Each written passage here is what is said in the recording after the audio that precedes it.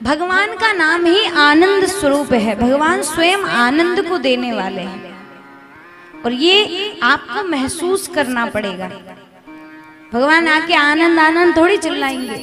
जब भगवान का नाम लेने से, भगवान का यशोगान करने से, भगवान की कथा सुनने से, भगवान की कथा करने से मन आनंदित हो जाए, समझना भगवान आपके चित्त में प्रकट हो गए।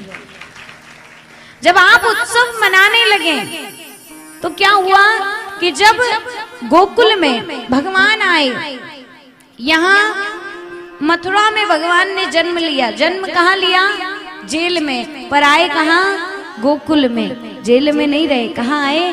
गोकुल में। बोले जहाँ गाय का कुल है। भगवान को गौ कितनी प्रिय है।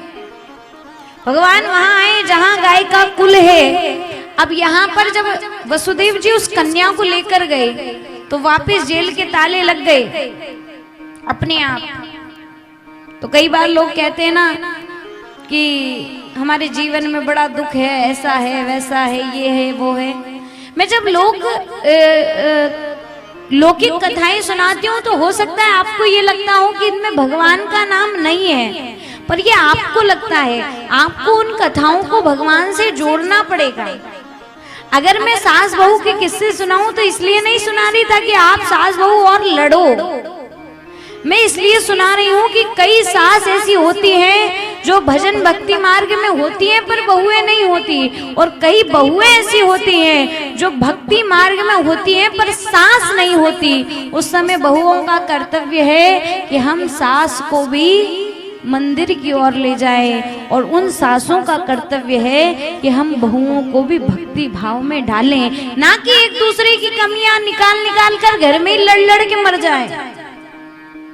गृहस्थी इसलिए नहीं होती, गृहस्थ आश्रम से अच्छा कोई आश्रम नहीं है, लेकिन कब?